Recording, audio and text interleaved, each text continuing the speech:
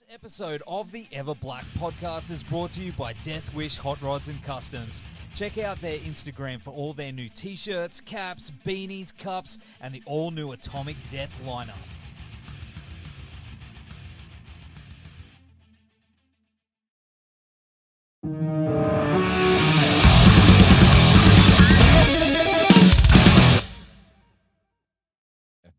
Nice t-shirt. Oh, thanks, man. Have you seen this one before? No, that's sick though. Yeah, it was for the I think it was for the bushfires. They did like a charity thing. Yeah, it looks legit. Looks like it could be a proper band shirt. What's in the middle? Dorothy. Yeah. Okay. Where are you? Are you in Sydney? I'm on the Gold Coast. Gold Coast. Okay. Yeah. Yeah, we're in Melbourne, and it's still locking down. Yeah, how's that going? Like, how are you going with the kid down there?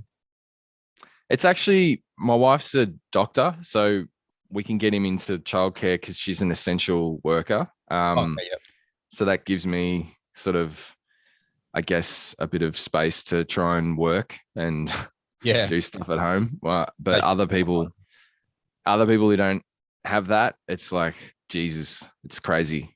Yeah. During the lockdown last year, because I got a daughter and I was in the hospitality at the time, and I had to take, I think it was like 2 months off, and she took 2 months off school, and that was something else, man. Like, it's, I don't know. It's like, I think I've got this affinity with parents of young children. Like, it's full on. Yeah, I don't think people quite realize it's. Yeah, and we've all got kids. So Ro especially had it difficult. He was doing homeschooling because his daughter's a little bit older than a toddler. And man, I feel sorry for the guy. Oh, yeah. We tried doing homeschooling, but I think we got about a week into it. And I think we just ended up playing Spider-Man most of the time on PS. Yeah. Oh, that's cool. It's cool that you could at least have video games. Like, my son's just a bit too young. I've got him in VR. Ninja shit with swords, and he's kind of getting the hang of it, but he's his sort of twitch reflex is probably like 2 seconds too late. Like, a fruit will come up and you'll be like, How old is he? 3. 3? Yeah. Give it till 4 and he'll be a master. Yeah. A little bit longer, but yeah. So I think that's been a challenge, but apparently if everyone does their vax shit, we'll be cool by the end of the month to, like, at least interact with other people. Yeah. And then hopefully that means the band can actually get into a rehearsal room. Yeah. Are you guys doing it through Zoom or something now, or? No, we haven't been. Yeah, it's just really difficult. So we're just relying on everyone to do their shit individually, but it's difficult because a lot of our rehearsal time's taken up with tech. Like, we've got so many things to coordinate. That's a whole, we might spend a couple of weeks just fine tuning that and getting that back, and then the playing. So yeah, it's not ideal. Like, it's but it's the world we live in at the moment. Look, because obviously we'll talk about Vengeance that soon, but I want to bring up Huey Lewis, because awesome. I've watched the interview. You can see how happy you are, man. Like, I can see how happy you are now just bringing up Huey Lewis, dude. Like, it's he's the legend, and it's painful that people don't really understand how much of a legend he actually is. But yeah, I love Huey. Yeah, Huey Lewis and the News, and that just, man, so many hit songs, and just a part of culture, like, pop culture, like with the Back to the Future stuff, and even just films like American Psycho. Like, it's pretty rad. People for the people who don't know him, it'd be one of those artists that, like, they hear a song, they'd be like, oh, I didn't know that was Huey Lewis. Yeah, like, totally. Yeah. And I mean, I'm looking up his stats. Like, I can't remember how many millions of albums he sold. 30 million or something crazy like that, I think it was. I could be making that up, but he's just, there'll never be another artist like that. And I think he's crazy kind of upbeat music, we just don't have artists like that anymore, so he's a real treasure, and it's totally it was one of those things where I'm like, this is so rad to have the opportunity to have this back and forth, and to even get my son on the video and playing harmonica or whatever. Like that's because he's a harmonica player. Like he's a gun harp. Yeah, he's sick. He's like he used to play harmonica in bands before he did his thing, like he was like a gun. So yeah, that was really cool, man. And I can only imagine the butterflies you got when he actually said he'd heard the song and that he loved it. I even said the solo was awesome. Like, yeah, that was wild.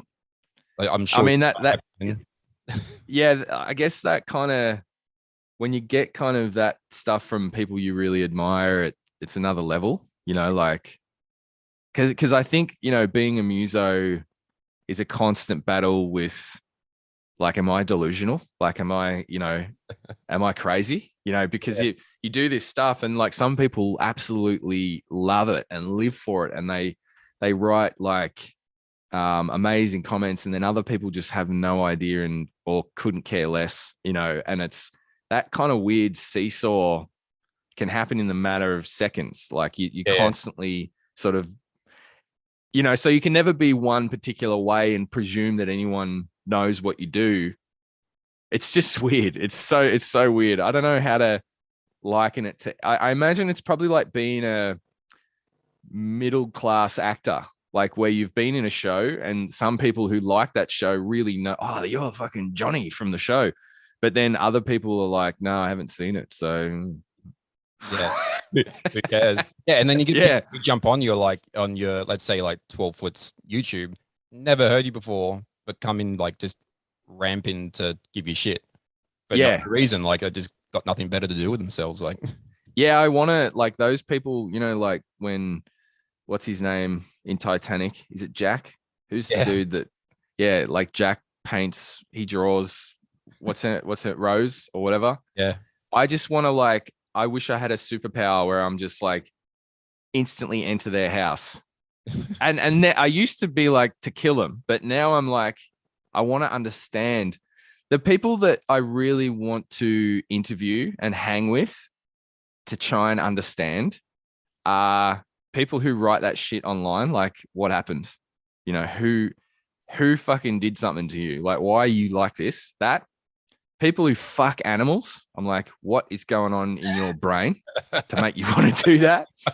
And what was the other one? Oh yeah, people who eat shit.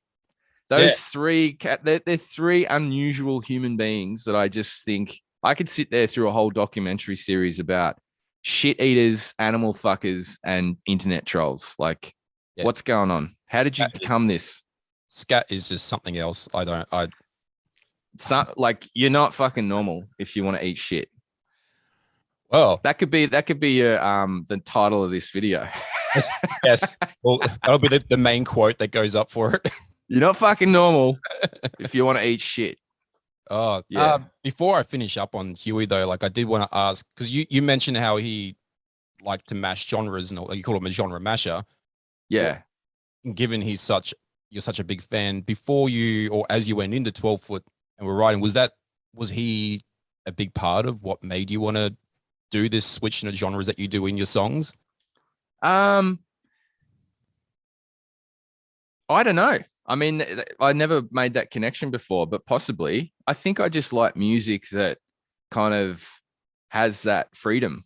Yeah. Like, and I mean, The Police is a great example where they would, it's not as obvious, but, mixing kind of like reggae kind of musical concepts with pop and punk and rock, and you get that kind of amalgam that churns out something kind of different.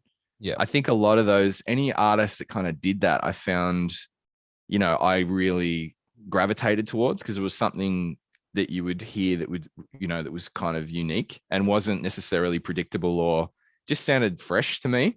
Yeah. So yeah, I would say it was definitely part of that trajectory, but it was probably around year 9 that I heard Mr. Bungle for the first time. Yeah, yeah. And then I went, all right, this is unbelievable. Like it's just, you know, the freedom of expression, and I guess the exploration and the authenticity, like, is the interesting thing. And it kind of, something that's become apparent, like with this kind of stage and where we're at, is a lot of people, because the band's called 12 Foot Ninja, because we do crazy clips and because we mix different genres, have kind of jumped to the conclusion we're trying to be a comedy band or something. Yeah. But each thing, that's just a weird coincidence. Like 12 Foot Ninja has been a character, Kiyoshi, in a story since the beginning, and that's only just starting to come out now. Yeah. So that was never meant to be a joke. Like 12 Foot Ninja is not a funny character at all. Like it's very kind of serious. It's a superhero story. It's like a, you know, it's as like, I guess if you look at Batman, you go, well, that's funny.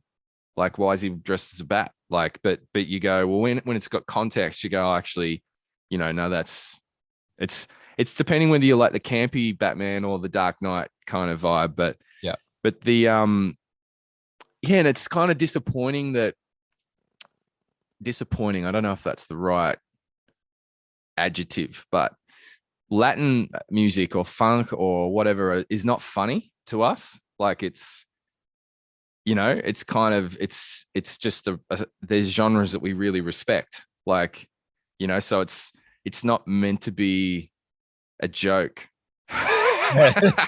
And then the clips are kind of, I think the clips are the main thing. But I mean, the reason why the clips tend to be piss takey is because they're just so pretentious music videos. Like, you know, like, I don't know if people understand, but people aren't even plugged in half the time when they're, you know, they're not playing.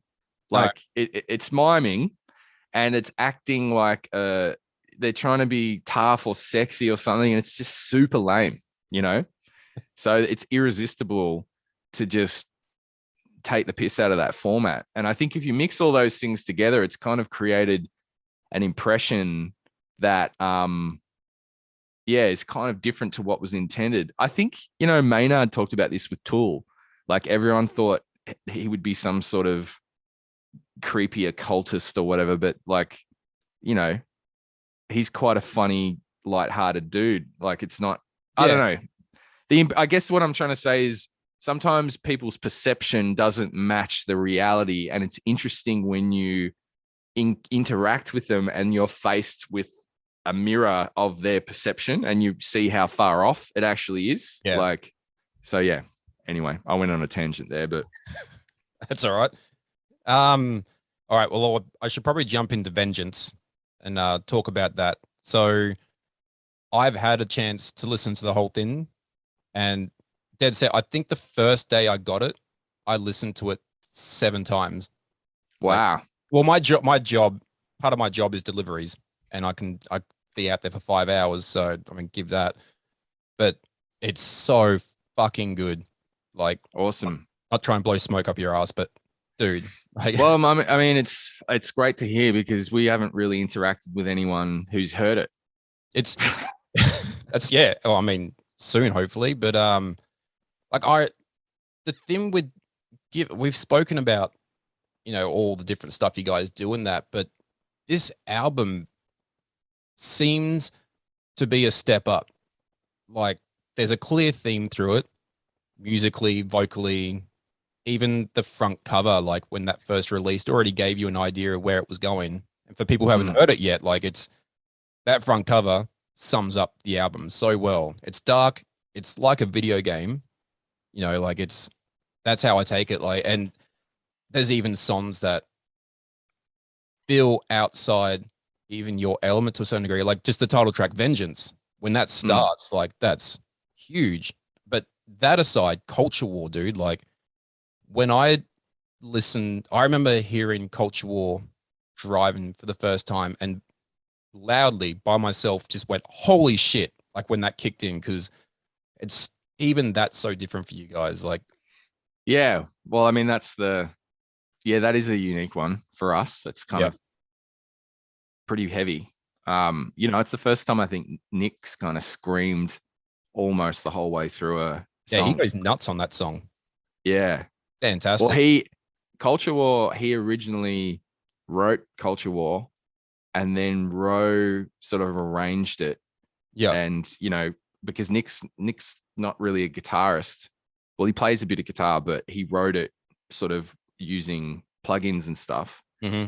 And then, so you whenever anyone does that, you get like really unique parts. Like if you're not a guitar player and you write guitar parts, you're going to be coming up with something from a different perspective. And then Ro kind of did his thing to it, and then I added the production kind of sprinkles on top, and I played more of a production role in that one, and lyrics. I wrote a lot of the lyrics.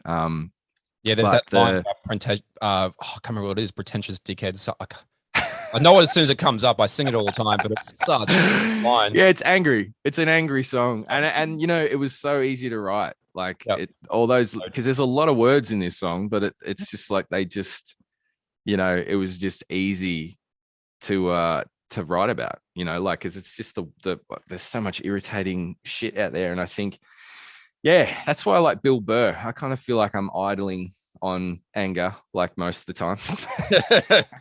Yeah.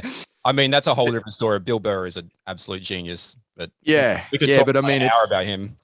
Exactly. But it's just, and I love, anyway, we could, but I think that one, it is quite unique. I think people are going to enjoy that one. I mean, I'm sure you don't know yet, but do you want to play that live? No, I don't. I do not want to play that live. I'll tell you why. Because Nick wrote a lot of the guitar, it's technically cool, but it's like memorizing a fucking page of numbers. Like, it doesn't follow any real logic. It's like, that's the way Rode described it. It's like if you've got like, like a page of numbers, and then you have to remember it and then punch them into a fucking old school phone. Like that's the kind of mental. So it's just like a lot of, like, it's the memory part of that is like, I'm looking at it going, oh, fuck. We'll have to, if people think it's the bee's knees, we'll be forced to kind of do it. But the time commitment to actually memorize all of that and keep it in your head. That's something given what you guys play. So. Yeah. Well, for me, all the other shit kind of has a logic. Like, I kind of have a blueprint and I know musically what's happening. Whereas that's just like, it almost feels random at times. Yeah. And I think, Nick's a big fan of Meshuggah and Catch 22, is it? Or Catch 33. What's the name of that album? That one where they kind of they sort of go, Meshuggah has all that dido, dido, dido, dido, dido, like fucking random, like it's like a, it's got a bit of that shit going on. So that one, no, I'm kind of putting that off. Because, like a lot of people who write kind of shit anywhere near like what we're doing or any kind of metal, like it's not like we write the song on our instruments, get in a room, jam, and then hit record. Like, it's often written and recorded and produced on the computer. Like, so playing live is almost a different process where you have to go back and kind of work out what you did, and like learn your own shit. Yeah. So it's like a whole other, it's definitely not as straightforward as like, what's that? Another turning point, a dog stuck in the road. It's not fucking. I'll never have to hear that song again. It's not that shit.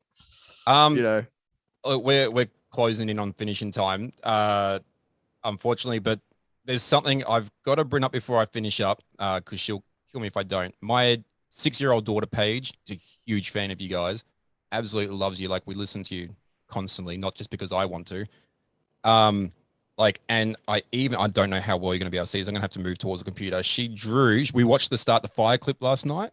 Let's see if you can. Yeah. There we go. We're all floating I can see it. Yep. I think you're over here or something. Yeah. So I asked her to finish off the interview with a question. So Paige wants to know what your favorite video to make was. My favorite video to make, I think my best experience was probably over and out in Finland because I didn't have to do anything. I was just in the spa eating lollies, Finnish lollies. You know, I was literally just because there was a crew, but then again, we shot the bookend over here. So that was probably the best experience. But I think we laughed the most. It could have been, we laughed a lot in Long Way Home and Sick. I think both of those two videos, in my mind, there was some seriously funny moments, yep. Especially with Sick when Russ, we had this reverse engineered leaf blower and we put all this minestrone soup because we wanted to create the vomit thing. And the first one just went straight in his top. So he just got like a can of minestrone soup down his top. And then we're like, keep going next. And it was like, 4 a.m. and like freezing cold and, watching him pretend to vomit. I don't know. Maybe I'm a sadist, but I love watching like something weird like that. Just, I think I was nearly falling off my deck chair and I had the geezer mask on. So it was all like, my facial expression was just the same because it's a mask, but I was pissing myself. I had a feeling that might be the case. I'll have to finish it up. But man, thank you so much for doing this for us. Like, thanks for joining us today. No worries, mate. Not just that, but thanks for being one of the bands that's actually putting new music out for us and not hiding it for the next year. Like, yeah, well, we've had enough of hiding. Yeah, no, we're coming out of the closet, man. Do it the right way. Come right out.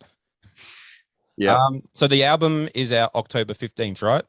Yes. Out next week. Well, next week.